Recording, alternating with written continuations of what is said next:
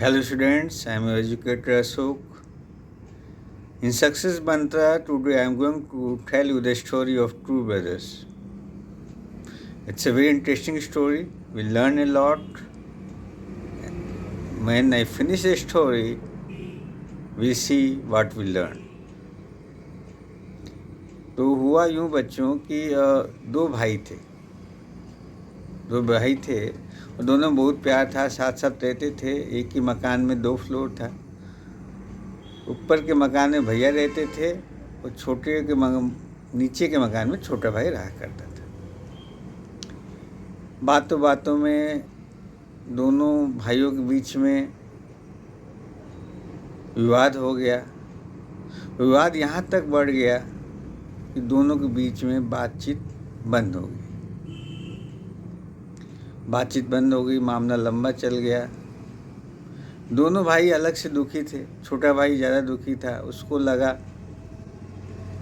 कि बड़े भैया हैं, मेरे को उनसे माफ़ी मांग लेनी चाहिए थी, मेरे को ऐसा नहीं कहना चाहिए था।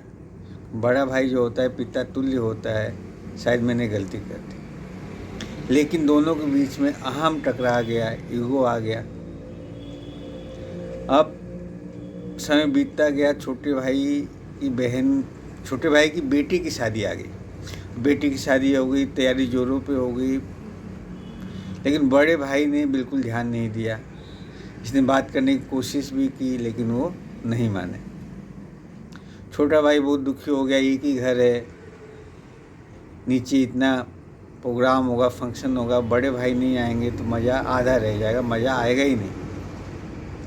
इसीलिए वो टेंशन में रहने लगा, दुखी रहने लगा। दोनों भाइयों में एक चीज़ बहुत कॉमन था। दोनों भाइयों के गुरुदेव एक ही थे, जिन गुरु को दोनों माना करते थे। तो छोटा भाई गया गुरुदेव के पास। तो गुरु ने देखा, बोला, बातचीत हुई तो बोला, बहुत उदास हो, क्या बात है, क्या टेंशन है?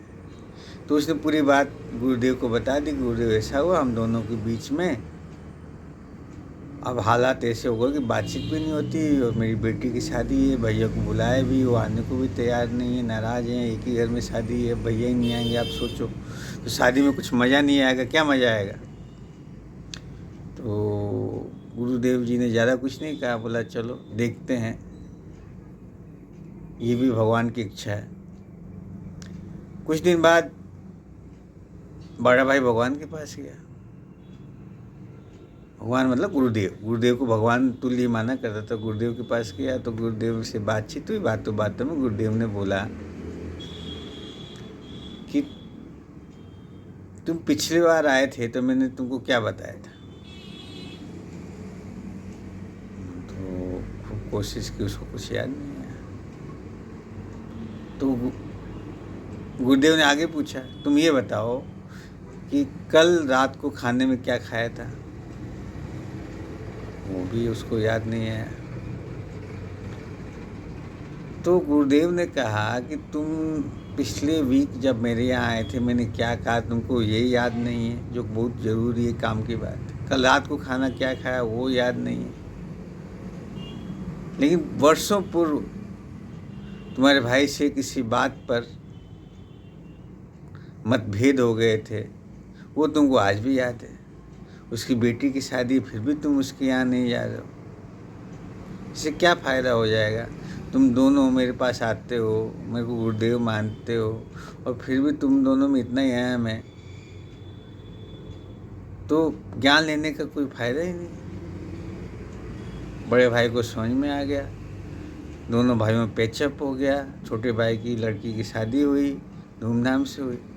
तो बच्चों, इस कहानी से what we learn is, problem इस दुनिया में हर किसी के साथ ये है कि जो हमें भूलना नहीं चाहिए वो हम भूल जाते हैं।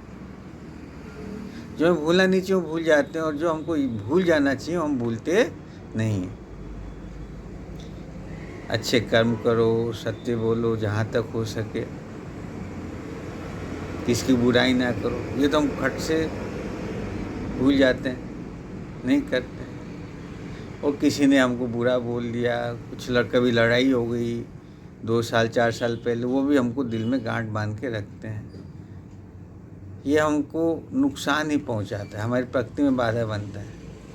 तो इस कहानी से हमें ये शिक्षा मिलती है कि हमें हर चीज़ को याद नहीं रखना है। हम हर चीज़ को ऊपर ध्यान देंगे, हर चीज़ पे रिएक्ट करेंगे तो हम कचरा पात्र हो जाएंगे। जैसे कचरा पात्र आता है ना, कचरा की गाड़ी आती है, उसमें हम सब कचरा डालते रहते हैं।